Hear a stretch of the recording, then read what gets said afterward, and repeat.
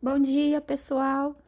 Continuando com as nossas videoaulas, hoje eu vou iniciar a aula de número 27 e hoje nós iremos fazer um Grammar Review de todos os conteúdos que foram vistos nesse terceiro bimestre. E vamos começar fazendo uma revisão do que vocês aprenderam na Unit How Much Money Do You Have, que também fez parte do terceiro bimestre, né? Unidade em que vocês aprenderam o uso do verbo to have em frases afirmativas, negativas e interrogativas. Aprenderam também o uso de some, any, how much, how many, a little, a few, much, many e a lot of. Recentemente também aprenderam o uso do immediate future, né?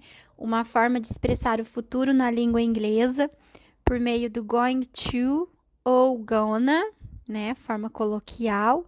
E viram um pouco mais sobre as prepositions of place. E vamos começar a nossa revisão com exemplos para vocês lembrarem o uso do verbo to have em inglês. Então, aí, vocês precisam relembrar aquela parte que tem na página 7, né? Uma tabela mostrando como formar cada tipo de frase. Então, eu já começo dizendo para vocês que o verbo to have, nessas frases, ele pode ser have ou has, ele pode vir acompanhado do auxiliar do ou does, tá? E também na forma negativa do doesn't ou don't.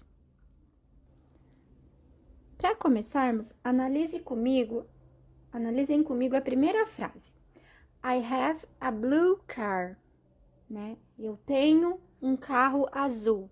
Eu vou colocar apenas o verbo have. Mas, se eu quiser falar que a minha amiga também tem um carro azul, eu vou mudar a forma de escrita, né? Vou colocar she has a blue car. Por quê? Por conta das terceiras pessoas do singular. Isso acontece só com o verbo have? Não. Isso acontece com todos os outros verbos. O que ocorre é que nessa parte do nosso conteúdo, nós vimos especificamente o uso do to have no simple present, tá? Para indicar a posse, né? No sentido de ter. E aí, também falei para vocês que algumas vezes pode aparecer o have no sentido de ter tempo, no sentido de tomar café, né? Mas posso usar I have breakfast, no sentido de eu tomo café, não eu tenho café da manhã. Mas, enfim, podemos usar, né, com algumas expressões, o verbo have, como have breakfast, have lunch, have dinner, tá? E se eu quiser alterar a minha frase para uma pergunta, eu tenho que lembrar que com alguns pronomes eu vou usar o auxiliar do, como é o caso do do they have two cars, né? Tenho que usar o do. Se fosse o he, pronome he, aí eu usaria does he have two cars, tá? Percebam que quando eu coloco o auxiliar, isso eu até vou destacar para vocês. Não se esqueçam, quando eu uso o auxiliar do e does, no caso de interrogativas e negativas, eu não posso esquecer que o verbo have fica have. Ele não vai ficar has, tá? Ele sempre vai ficar have. No caso do último exemplo, que eu fiz uma frase negativa, eu também usei o auxiliar do, mas podemos usar tranquilamente o does, tá? O does not, que fica doesn't. Como é o caso dessa frase, I don't have a great job. Eu não tenho um emprego legal, um emprego ótimo, né? Ou, se eu quiser falar que ele não tem um bom emprego, né? Aí eu posso falar he doesn't have a great job. Perceberam? Essa parte é mais para vocês relembrarem, tá? O uso do verbo to have. E agora vamos revisar o uso de frases, né, com how much e how many. Aqui, eu quero lembrar com vocês que o how much pode ser usado em duas situations, né? Duas situações. Quando eu quero perguntar o preço de algo, né? Seja em um restaurante, em uma loja de roupa, em uma padaria. Então, toda vez que eu quiser saber o preço, eu vou usar how much is ou how much are, tá? Se for mais de uma coisa. Então, eu montei a seguinte frase: How much is this book? Né? Quanto custa este livro? Tá? Para perguntar sobre o preço. E eu também posso usar o how much para falar de substantivos incontáveis. Aqueles que não podemos contar, que já passei uma lista para vocês, falei várias vezes. Então, não vamos entrar na lista desses substantivos, mas enfim, usei um substantivo incontável aqui. Incontável quando você fala de um modo geral, tá? E aí aqui vocês têm que lembrar aquilo que falei sobre o uso do a cup of, a glass of, tá? Que quantifica o substantivo incontável. Mas nesse caso é uma pergunta de modo geral, né? How much coffee do you want? Quantos de café você quer, tá? Quantos de café você quer? Aqui não tá perguntando se você quer um café, 2 cafés.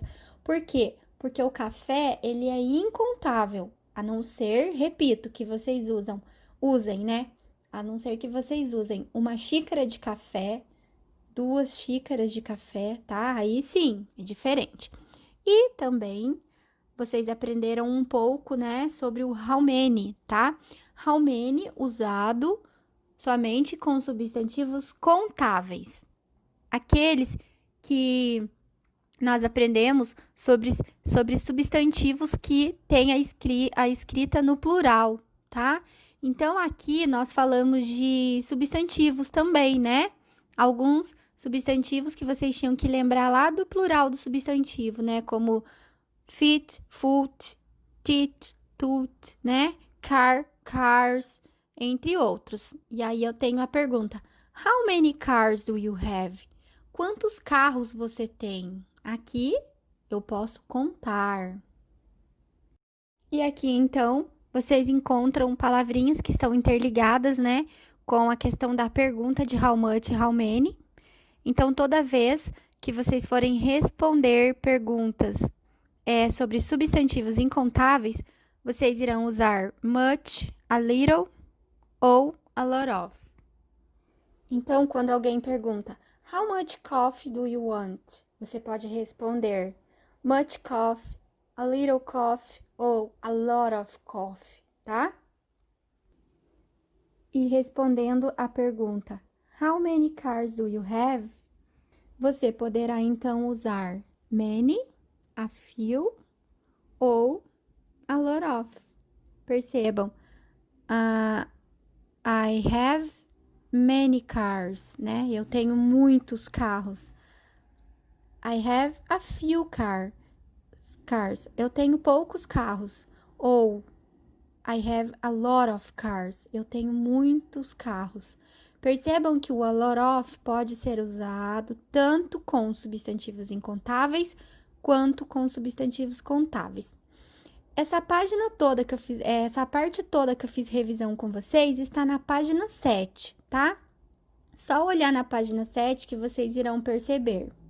E aí, tem também o some e o when, né? O some, como já disse anteriormente, usado em frases afirmativas, e o when para perguntas e frases negativas.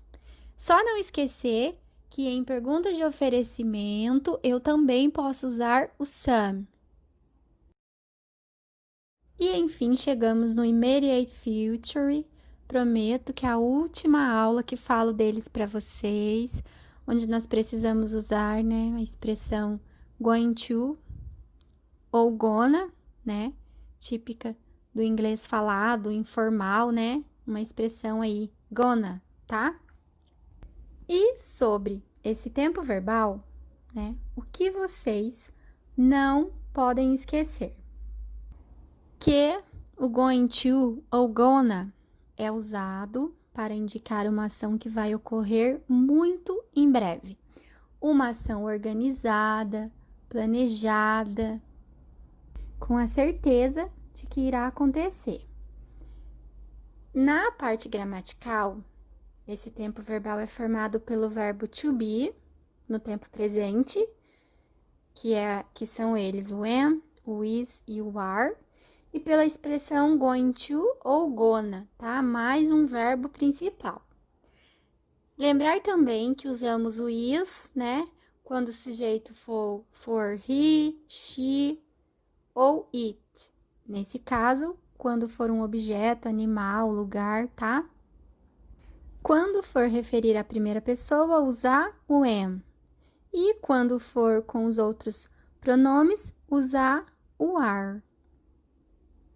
Em frases negativas, usar is not ou isn't, ou are not ou ainda aren't.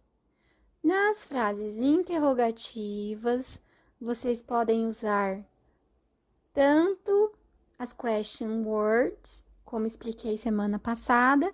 Nesse caso, elas aparecem no início, quando a pergunta não for tão específica, né?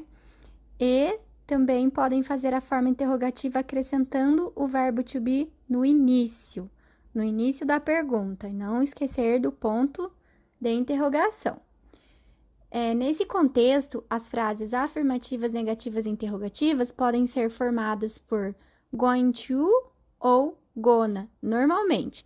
O que vocês devem lembrar sempre é a questão do contexto, tá?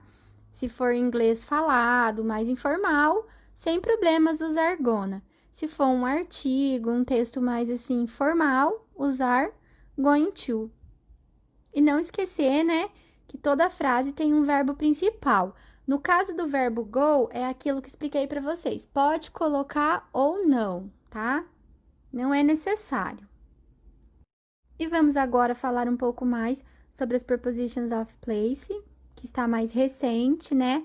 Lembrar que elas expressam a ideia de localidade nas frases e por isso são necessárias. Temos exemplos dessas prepositions na página 7 da unit What are you going to write? E hoje vou ler com vocês rapidamente uma parte sobre regras de uso dessas prepositions, tá? Em primeiro lugar, é preciso ficar atento, porque as prepositions of place podem anteceder frases nominais, gerúndios ou até mesmo advérbios. Lembre-se que as prepositions não se flexionam em número ou gênero, pois elas são estruturas fixas, tá?